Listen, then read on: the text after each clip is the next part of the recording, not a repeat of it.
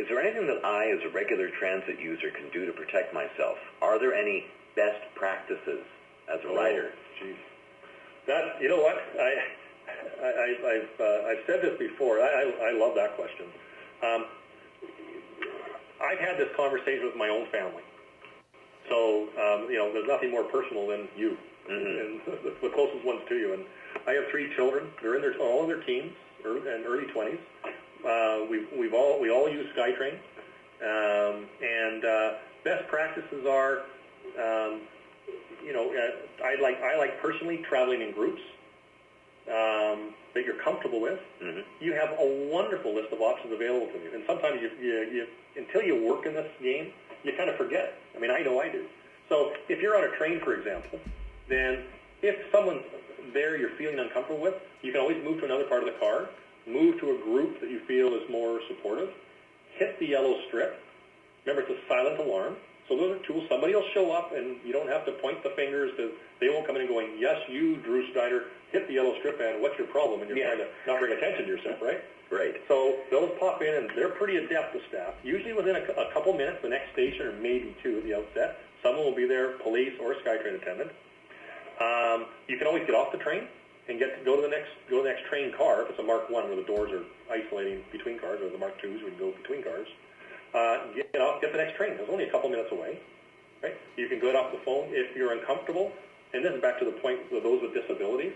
You can always call ahead, and a SkyTrain attendant will actually meet you at the station you want to maybe get assistance getting through. So you just give them a little bit of advance notice, and they'll do everything they can to kind of give you some support going through the station. So we do that ongoingly. Our SkyTrain attendants help people get from the station sometimes to a handy-dart vehicle or to somewhere else if they're maybe feel a little uncomfortable. Right. So there's a whole long list of things that the individual can do, but common sense has to prevail too. Follow your common sense, follow your intuition. I've been on the system before where I've felt uncomfortable. So I've got off and I've actually called the police, right? And I'm not quite 6'3", and I'm not a small guy. Right. And so it's not tied to pride or ego. It's just logic in the same you would apply. Can you cross the street if someone's following you or walking down the street at night? One of the tactics is cross the street. One of the tactics is get to a resource, go knock on somebody's door you might not know if you're feeling quite threatened. Those same knocking on the doors to other people are available to you on the system, as they are on the street as you walk down the street. We also have some people that's been very effective at Joyce Collingwood is whistles. Right. If you bring attention to yourself... Remarkably effective. Some people snickered at that, but it's a remarkably effective program. I've had some of our own board members have asked for whistles from me.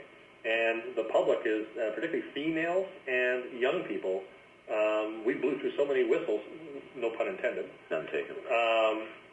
That it gives them a tool in their toolbox to bring attention to themselves that usually if they're feeling uncomfortable, the bad people aren't. It's usually the element of surprise. Right. Right? And so it's just a tool in their toolbox of options available to them. And so I can go through at least dozens of alternatives. A couple of others that come to mind. There was an incident not long ago where a person was attacked, and this happened away from the SkyTrain station, but she had an iPod in. And this is actually a sign that you'll see at some SkyTrain stations that says, do not wear an iPod.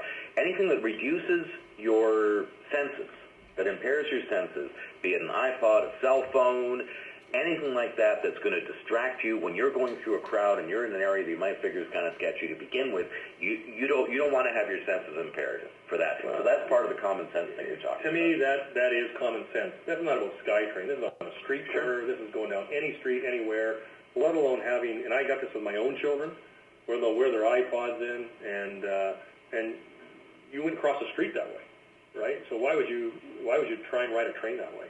And so that's part of the conversation I have had with my own kids, right? So why would you take away one of your available senses, one of the most acute ones you've got, in a time when you might naturally feel uncomfortable? We can't be ignorant and oblivious to our own responsibilities by saying, I'm just going to shut my ears off and go listen to whatever I might listen to. So we have our own responsibility, as I do, and as my wife does, and children do. So follow your senses, and your senses will be a good guide, and ask for resources if you need it.